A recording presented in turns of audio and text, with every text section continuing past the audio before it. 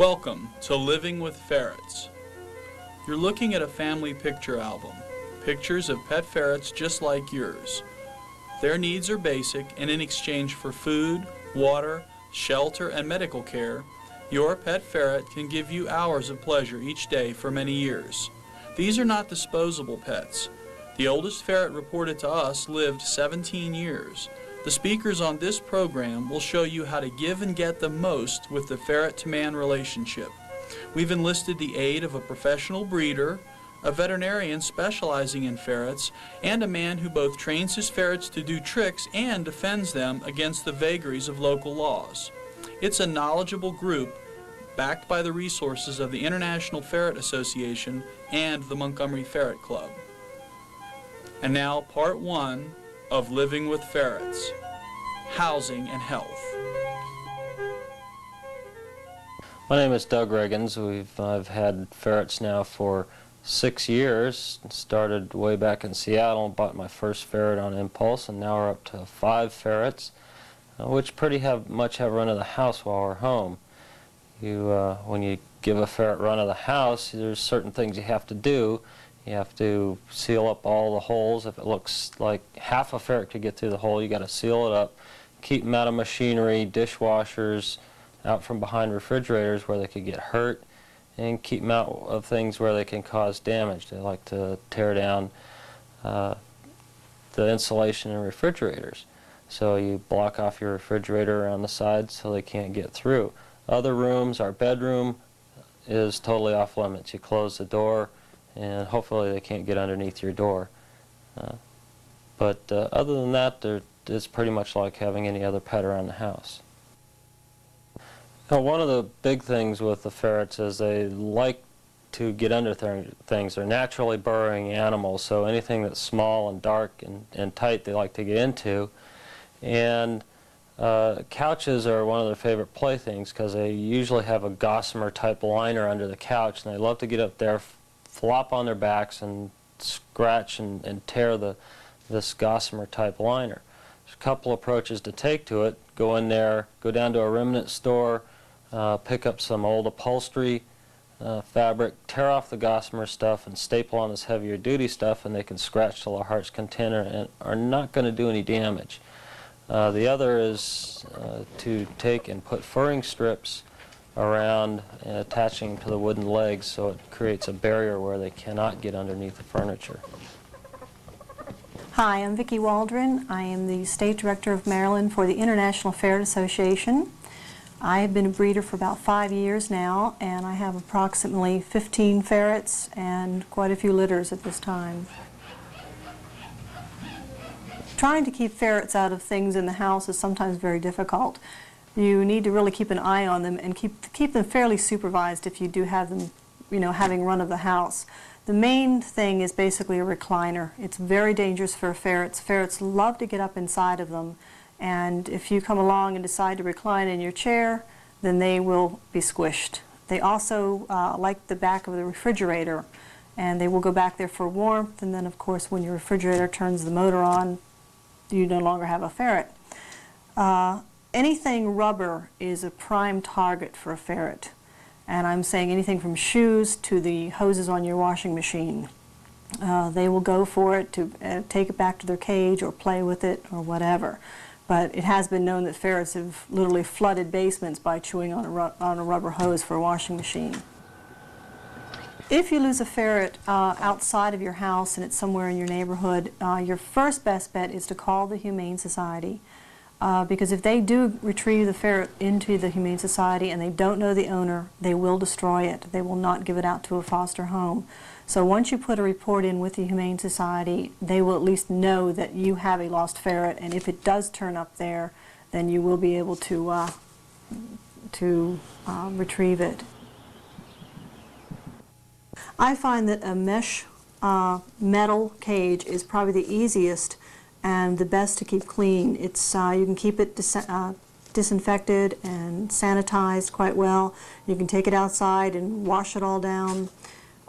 You just want to make sure that the mesh is a proper size for the ferret. You don't want to get the wires too wide, because of course the ferret's going to walk right between the bars. and you don't want to get something that is so small that the dirt and the excess food and everything won't fall down into the lower tray. I find too for baby ferrets, you have to be very, very cautious on the mesh because sometimes they will fall through. The kind of cage that has the lower pan or tray that slides out and you can keep a sheet of newspaper down there, and then if there's any debris that falls down, fur or food or litter, you can keep it fairly cleaned out. Most of the wire cages will come with a lower tray. If you have more than one ferret, you can get a stackable type caging that one stacks on top of the other, and you'll have like three cages, and each one will have its own individual tray, and they will have legs that of course keep it off the floor, and that's always advisable because then they won't be down on the cold floor. A lot of times ferrets will escape from their cages, and it's a very, very common problem because ferrets are so intelligent, they definitely know how to get in and out. I find that I take little twist wires or wire you can buy at the hardware store and tie the cage doors closed.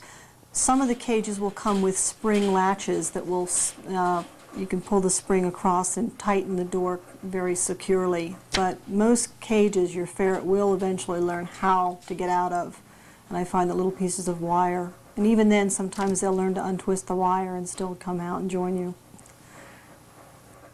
You need to be very cautious with the bedding that you use for your ferret. You want to make sure that it's at least 100% cotton, because if they do chew on it and they ingest it, sometimes it will cause a blockage in their intestines. I use old towels or t-shirts or something like that, something that's soft and that's comfortable for them. You definitely want to stay away from any kind of cedar chips or even pine chips for that matter, and newspaper. The newspaper, of course, will stain their fur, and the ink is not good for them. And the cedar is really bad for them. It does cause respiratory problems in the ferret.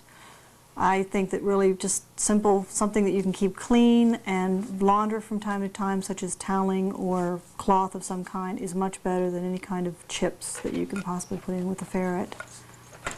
As far as keeping water in the cage, you must always keep fresh water for a ferret, especially if you're using dry food. They need a lot of water, otherwise they will get dehydrated very quickly. The best kind of water source for a ferret is a water bottle. If you put a dish in the cage, then they're very likely going to play in it, and of course litter will get in it, it will get dirty, and it won't be very appetizing for the ferret. Using a water bottle, it's always fresh and it's always kept clean. A little cold, is it, huh? When you put the ferret in the water, make sure you scrub them down good and work the water all the way into their fur. Their fur has a pretty good bit of oil in it, so it tends to trap air bubbles near the skin. You want to make sure all the air bubbles are out. After the ferret is thoroughly soaked, and put a little soap on them. Here we use a mixture of regular shampoo and some flea soap. And then you scrub it around. Make sure you scrub it in good, get all the way down near their skin. That's where a lot of the dirt collects on a ferret. A lot of ferrets will like the taste of soap and will try and lick it off themselves. After you're done scrubbing the ferret, put them back in the water and start cleaning their ears. Use a good quality cotton swab, and the first few passes, wet the swab and clean out the wax and whatever else is collected in there. And the final pass, use a dry swab to dry out the inside of the inner ear. A lot of ferrets will sit still while you do this. Some you have to grab up by the scruff of the neck. After you're done with that, rinse them off. Once they're rinsed, you put them on the towel you've laid out in advance and rub them down and get them all dry. Rub well, get them dry down near the skin.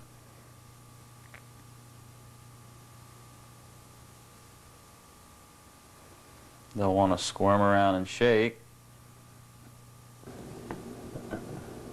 and try and crawl all over the place. It's very important when you're clipping a ferret's nails not to get into the quick area. The quick area is what you can see on this little ferret here, the pink area. What that is, that's the blood flow, the blood supply to the nail, and it's very sensitive, just as it is on your own hand. If you clip it, it will bleed. It's no big catastrophe, although it will be a little painful for the ferret. And that the best thing to do is to keep some quick stop or some septic powder on hand so you'll be able to stop the blood.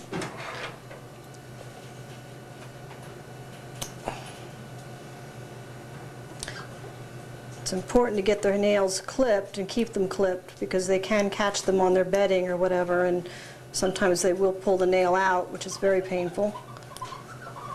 And the more you keep the nails clipped back, the less the quick will have time to grow. The longer you let the nails grow, the longer the quick will grow, so when you do want to go ahead and clip the nails, you won't be able to clip them very short because the quick itself will be long. A nice foot. Sometimes ferrets aren't really overly impressed with having this done. I've tried different types of clippers, and I find that these are about the best. They're cat claw clippers. They're small enough that you can actually see the nail as you clip it. If you don't have these, or if you can't find them, then sometimes you can come up with just regular nail clippers that humans use. Hello, I'm Dr. Bob Brenner. I'm the director of the Brenner Animal Hospital in Laurel, Maryland, and co-director of the Beltway Emergency Specialty Hospital in Glendale, Maryland. We're a small animal practice here in Laurel, Maryland, and we've been dealing with ferrets for about a dozen years. The increased popularity has created our interest in the ferrets, and in this particular area where we are, several of the pet shops are selling ferrets and have been for a number of years, and we've developed a patient load of between 200 and 300 ferrets. Most commercial cat foods are sufficient to maintain ferrets that are not in breeding or not in growth. We prefer recommending some of the foods that we know are fresher foods. By fresher foods, I mean those made by specialty companies like Science Diet, the Imes Company, and Purina's new line of foods called ProPlan. These diets appear to be fresher. They don't seem to be warehoused as much, and they usually, between manufacture and the time that you put it in your ferret's dish, is usually about a 3-month period of time. If you're using your ferret for breeding purposes, or you have kits, young ferrets that are growing, these diets are also adequate, but we also recommend at that time supplementation. Probably the best thing to use would be a little cod liver oil added to the food, and probably some fresh meat such as liver, lung, and some beef. But we find this supplementation is not necessary to maintain a healthy, normal ferret that is not used for breeding purposes. We want to be careful not to use vitamins in excess. Most of these real high-quality commercial foods have an adequate amount of vitamins added to them. So we can actually cause too many problems by giving too much in the way of vitamins. So be careful with your supplementation. I think sticking with your fresher foods, you're going to be in very good shape as far as your ferret's nutrition is concerned. Most of the information that we have regarding ferrets and their nutrition is based on either the cat model or the dog model, or information that comes out of 2 of the very large breeding farms, both located in the East Coast.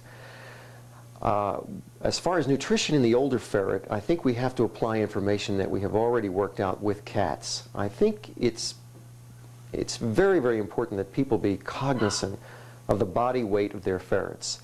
Ferrets have a high fat content in their body, but have a tendency to get obese. One of the most common problems I see in the older ferret is obesity. What we recommend is when your ferret starts to reach middle age, that you start considering about cutting back on the fat content and the protein content both in the diet. This usually means going to one of the lower calorie foods. Purina ProPlan has a good one out. I think they call theirs Less Active. Imes has one they call Light. And these are wonderful foods to make a switch to, especially if you're dealing with a ferret that's not real active in his middle years and is starting to gain weight. As far as what problems are associated with obesity, once again, we can only apply the information that we know about cats and dogs. And we do know that there is a 50% increase in cancer across the board in obese animals. It also predisposes them to such things as arthritis, possible heart disease, liver disease, diabetes, and several other problems. The jury is still out as far as how often we should be feeding our ferrets. We know that in research, and we know that in breeding farms, that they are feeding their ferrets free choice food, and they're feeding them frequent meals throughout the day. They've estimated that ferrets eat between 8 and 10 meals a day. This is related to the fact they have a very short digestive tract. In home situations, I find free choice feeding is one of the major causes of obesity in ferrets. I think under pet circumstances, probably the ideal situation is to feed your ferret specific meals, 2, no more than 3 meals per day, and don't leave the food down more than 20 minutes at a time. Whatever the ferret hasn't eaten in 20 minutes, you pick up and put away until the next meal. I think when you start feeding on a program like this, you have much better control as to how frequently your ferret's eating and how much your ferret's feeding. So that if your ferret becomes overweight, you've got a better handle on how you can cut back on the intake. So I would think switching to 2 to 3 meals a day is a better program. When you notice any change in your ferret's pattern of living, then is your ferret eating the same amount of food as interested? Is your ferret eating more food than it used to? Is the ferret consuming more water than it used to? Is there a loss of appetite? Is the ferret laying around sleeping most of the time, which it never did before? Obviously, other symptoms such as diarrhea, sneezing, scratching excessively, discharges from the eyes or nose, anything that just looks completely different from the way it did before is a good reason to take your ferret in to see your veterinarian. She has a normal temperature. You know, an ounce of prevention is always the best medicine, and if you have some doubts of whether or not you do have a problem, find out. Better to get good news that there's nothing wrong than to sit and wait until it may be too late. Vaccination of ferrets is very important for maintaining a proper, healthy ferret. Ferrets are extremely susceptible to canine distemper.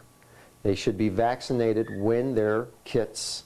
Usually we like to see them between 6 and 8 weeks of age for their first vaccination, followed by a second one usually given between 9 and 12 weeks of age.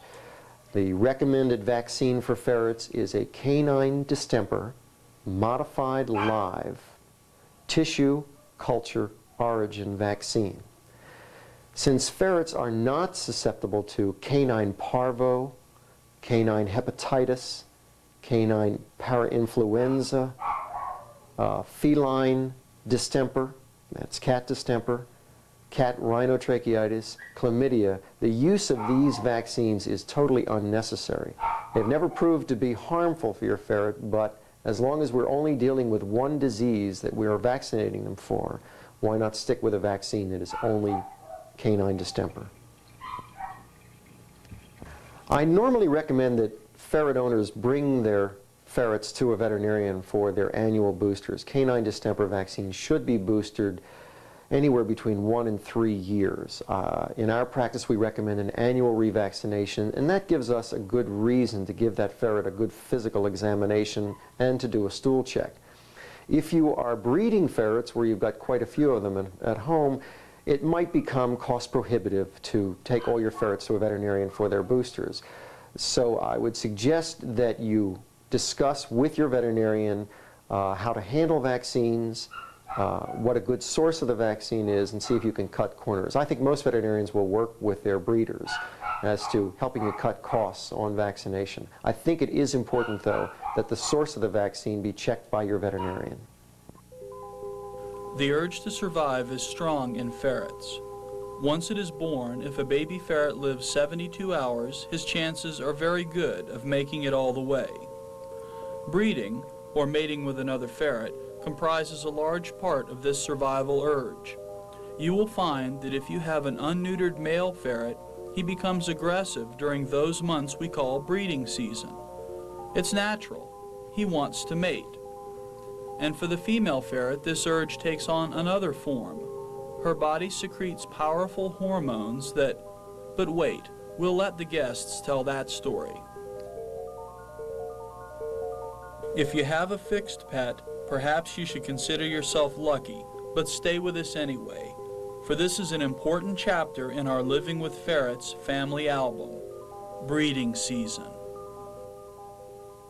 If perchance that you would have a ferret and it's a female and it does go into heat before you've had it spayed, then you basically will have to have it bred with a male ferret. Some of the books and some of the veterinarians state that there is a hormone shot that they can be given, but it's really not a guarantee that even the shot will bring your female out of heat. If you do not bring your female out of heat by mating it or this shot, then the ferret will die. There is no two ways about it. Ferrets do not ovulate until they are mated with the male, and therefore if they don't go through the mating system, then they will stay in heat. The longer they stay in heat, the more chance that your ferret will die. They get very weak and lethargic, and they can die of a disease called aplastic anemia. One major problem that we see in veterinary medicine in regards ferrets is the problems that result from prolonged estrus, that is a heat, in the ferret. The ferret comes into heat usually in the spring, sometime May or April, and the heat cycle will last till as late in some cases as October. The high levels of female hormones, estrogen, that circulate in the female's body during this period of time will, in time, suppress the bone marrow, and these ferrets will then suffer from, in many cases, an irreversible anemia. It is terribly important that if you have an unspayed female ferret, that you not allow the ferret to stay in heat more than 4 weeks. If you have no intentions of breeding this ferret, get this ferret spayed. If you have intentions of breeding it, but you're not going to breed the ferret at that particular time, your veterinarian can give an injection of gonadotrophin hormone, which will take the ferret out of heat for 4 to 6 months. Be very cognizant with a female ferret of this major problem, because in most cases, by the time the veterinarian sees the ferret, it's already too late and the anemia is irreversible at that time. A lot of people are novice breeders and they will start inbreeding, which is breeding the closely related ferret to each other, like a father to a daughter, or a son to a mother, or a brother to a sister. This is really bad practice. If they have any genetic problems, it will bring out the genetic problems, and you will have a lot of problems with your litters. It is not done. You must go out and find a ferret that is not related to your female or to your male if you plan to do any breeding. If you do have a female ferret and you did breed it, the gestation period is 42 days. About 2 weeks into the pregnancy, you do want to start introducing milk to her system, evaporated milk and a little bit of water. You want to introduce this very slowly, just like 1/8 of a teaspoon at first, and progressively get more and more towards the end of her pregnancy. This will keep her from having what's called milk fever. She also will need to be moved to a cage where she's by herself. You want to give her a nesting box, or a box that she can have her own little towel in, where she can have the kits. You want to start letting her out of the cage a lot less. I mean, you can go in and still give her attention and love, but you just don't want her running around as much. She must get used to that cage. Otherwise, after she has the kits, she may spend most of her time trying to get out of the cage rather than taking care of her newborns. You want to also make sure she has plenty of fresh food and fresh water, because she will start eating a lot more, she will drink a lot more, and she will also sleep a lot more, so you want to give her as much time to rest as possible. If you do not have any kits within 42 days and you start seeing that the ferret is large and she's got all the symptoms of being pregnant, and she doesn't lose those symptoms after the 42 days, you may need to take your female to the vet. What you could do, of course, is you can contact some of the other members of a ferret club or a local breeder and check with them to see if they have any suggestions.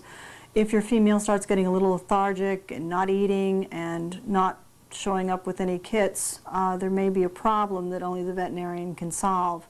If you see any blood or any blood in the litter pan or whatever, you definitely need to get her to the vet.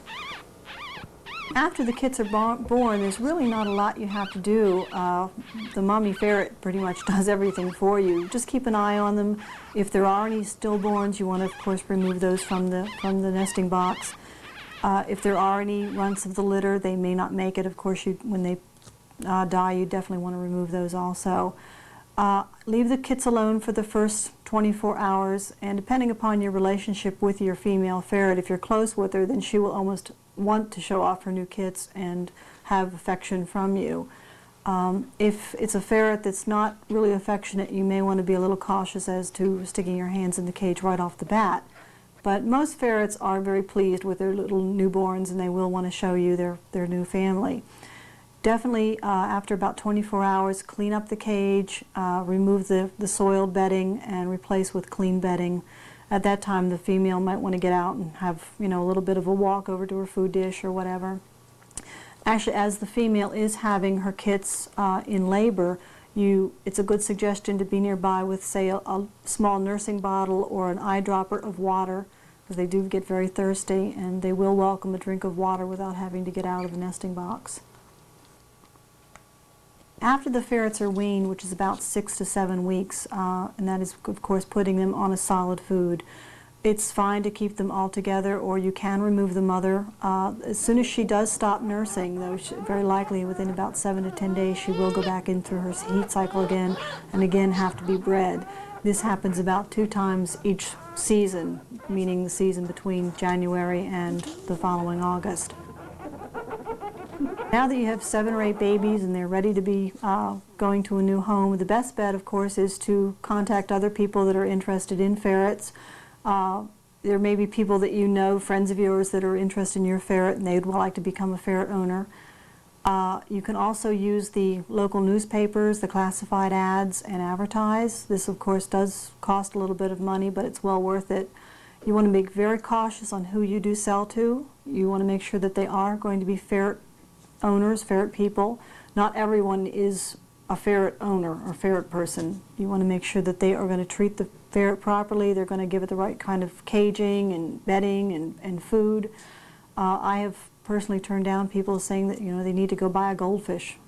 They think it's a novelty or a fad, and 2 or 3 months down the line, when the ferret has grown up and not the cute little fuzzy face that it is when he was 6 weeks old, suddenly they don't want him anymore. And that's not really fair to the ferret.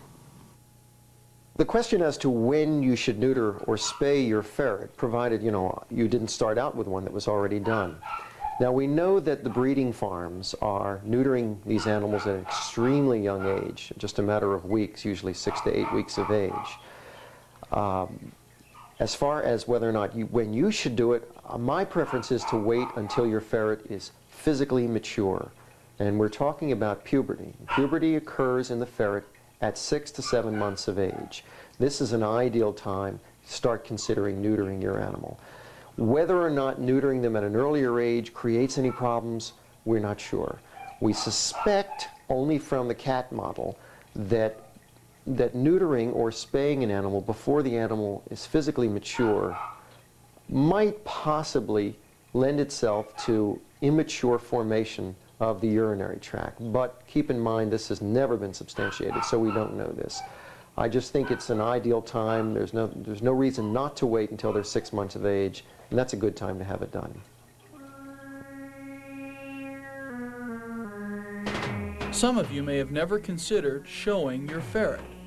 Perhaps it brings to mind a cat or dog show you've seen where pampered pets from across the country slug it out for ribbons and recognition, and yes, higher stud fees. For when you have a champion pet, the sky becomes the limit on what you can get for a date with your top-scoring pooch or kitty. But maybe you have wondered what exactly a champion ferret looks like. I mean, does he glow in the dark or just recite Shakespeare? But seriously, there are many differences between ferrets which you can see at a ferret show. Qualities of form, color, coat, and temperament. And who knows? It could be you up there in front of a throng of ferret enthusiasts at a show, receiving your ribbon for best ferret at the show. You won't get it if you don't show your pet. So onward with Showing Ferrets. We now have IFA, International Ferret Association, shows that are sanctioned by the IFA. The shows are done all around the country sponsored by different clubs. And it's a lot of fun, basically. The main reason you do it is for the fun of it. A lot of the breeders will get in there and the ferrets will get championships. It also sorts out the breeding quality from just the pet quality in a ferret. You get to meet other ferret people, a lot of ferret owners, ferret products that are sold at the ferret shows. If you're interested in showing and you want just a show ferret, you're going to look for a ferret that has good color. It has if it's a male, it needs to have a very broad head. Female needs to have a very narrowed, pointed head.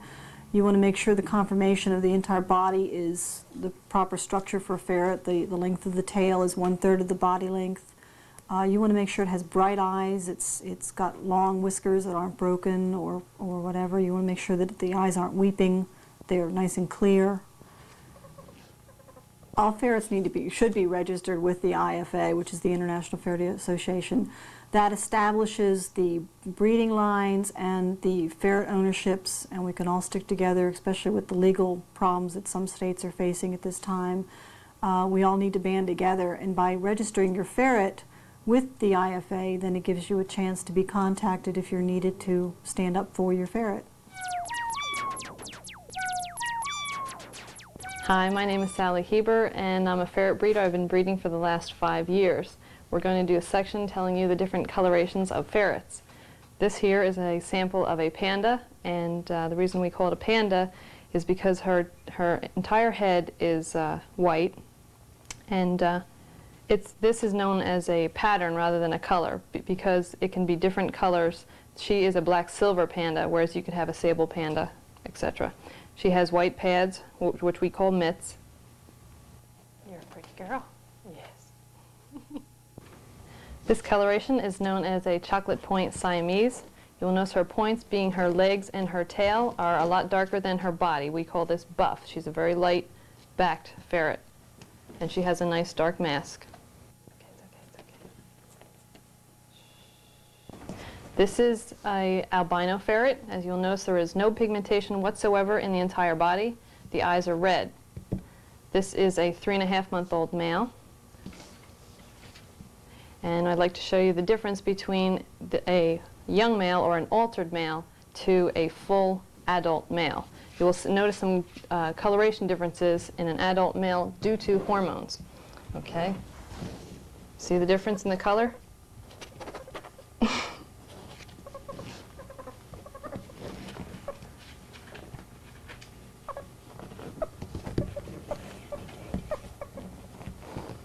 Here we have a 2-year-old shaded silver mitt female. You will notice her paws. They're all completely white. You can see the definition between the white mitt and the point of the leg. Okay, she's got the black hairs mixed in with the white, which makes it a silver. And here we have an 8-week-old. This is her son. And he's also going to be a shaded silver mitt. His eye color is very deep black. It's probably more brown than black, but he's very, very deep color eyes. Hold still, little sweetheart. There you go. Oh. These are 6-week-olds from a panda father and a Shetland mother. And I've come out basically with little Shetlands. They all have their little blaze. Some of them, as they get a little bit older, may turn into pandas if some of the darkness goes away. It's hard to say because kit coats sometimes will change as they get a little older. Okay, here we have a 2-year-old female sable. Sable is your most common coloration of the ferret. You can see she's a very dark sable. Her fur is almost black, and her mask is very deep and very large. She's a very good specimen of a sable.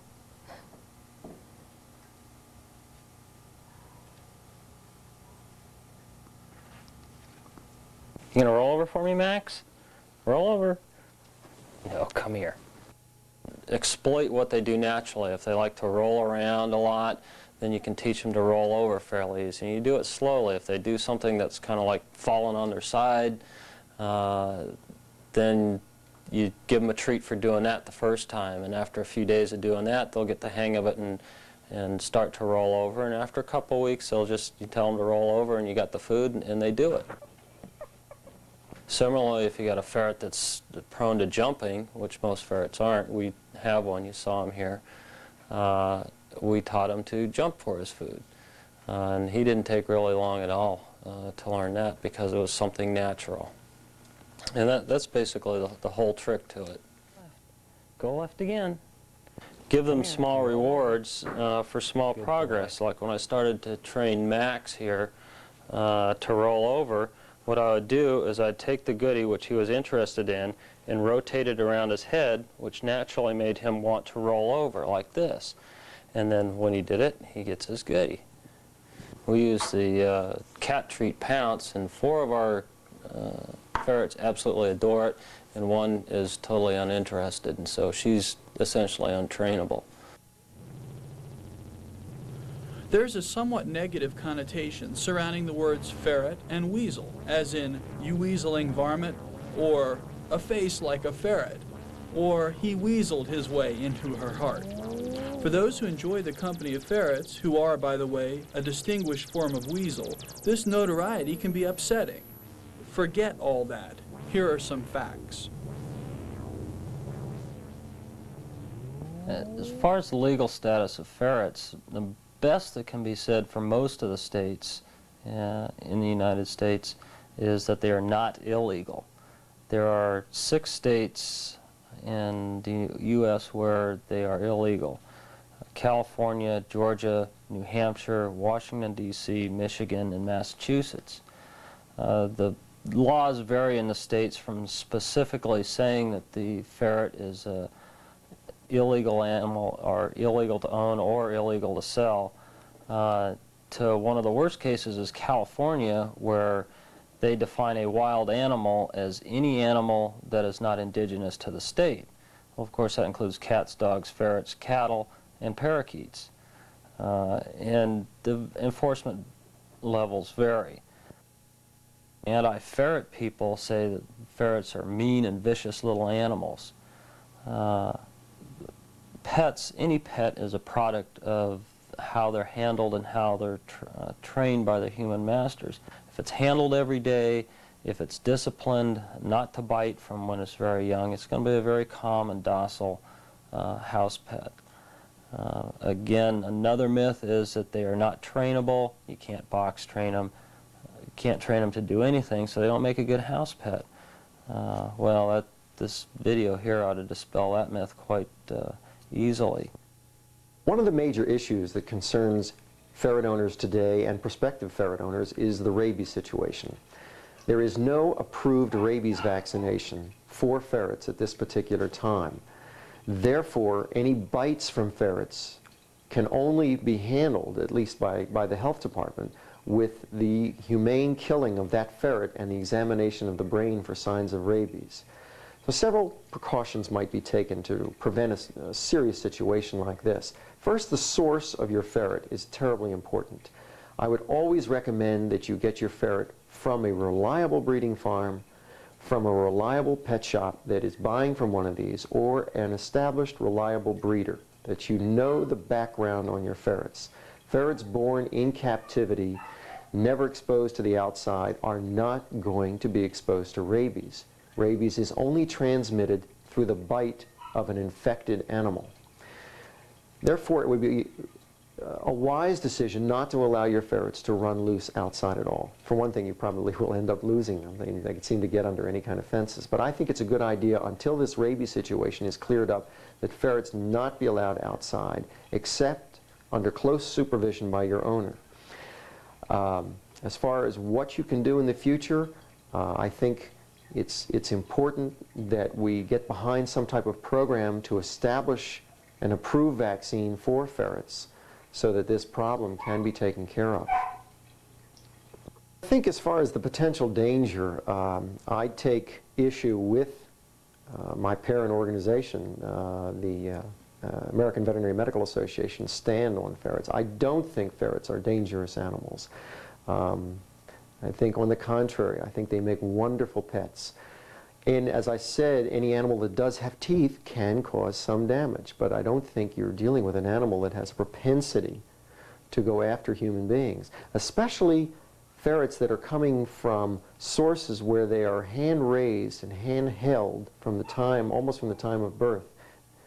If you're getting ferrets from a source that you're not sure of, I'd be extremely careful and cautious. If a ferret is handled from their very first days of life and handled on a daily basis and trained properly, these animals are extremely gentle and extremely safe. So I think the source of your ferret is terribly important. Really the key to overcoming the hysteria is to become and promote responsible ownership. Give your pets good care, take care of them, make sure they're disciplined, and let your neighbors see them and become comfortable with them. Most everybody we've ever known that's come into contact with a ferret, with our ferrets, is absolutely adores them. If you're wondering what you can do to stop all this hysteria about ferrets and some of the anti-ferret attitudes, is join a local ferret club. They give you a little bit of voice, and most of them are politically active in getting anti-ferret laws stopped and also in getting good public relations for the ferrets. They are becoming a very popular pet, but still they're rather uncommon compared to the cat or the dog. So joining the club helps you get a voice. It gets you information on the care and training and feeding of your pets, and it also puts you in contact with other ferret owners. Well, I thought it was a great wealth of information. When I moved here, I really didn't know that much about ferrets, and the books that I had read were quite outdated. And through the ferret organizations, I was able to find out medical information, advice on vets, and also they organize a lot of different shows, ferret fun matches, ferret rodeos, and also there's a ferret hotline. If your ferret happens to get in trouble, there's someone you can call who can help you rescue them. If they're abused ferrets, you can get help. We've made contact with a lot of different breeders, so you can get, very healthy ferrets. And what do you like best about Jason?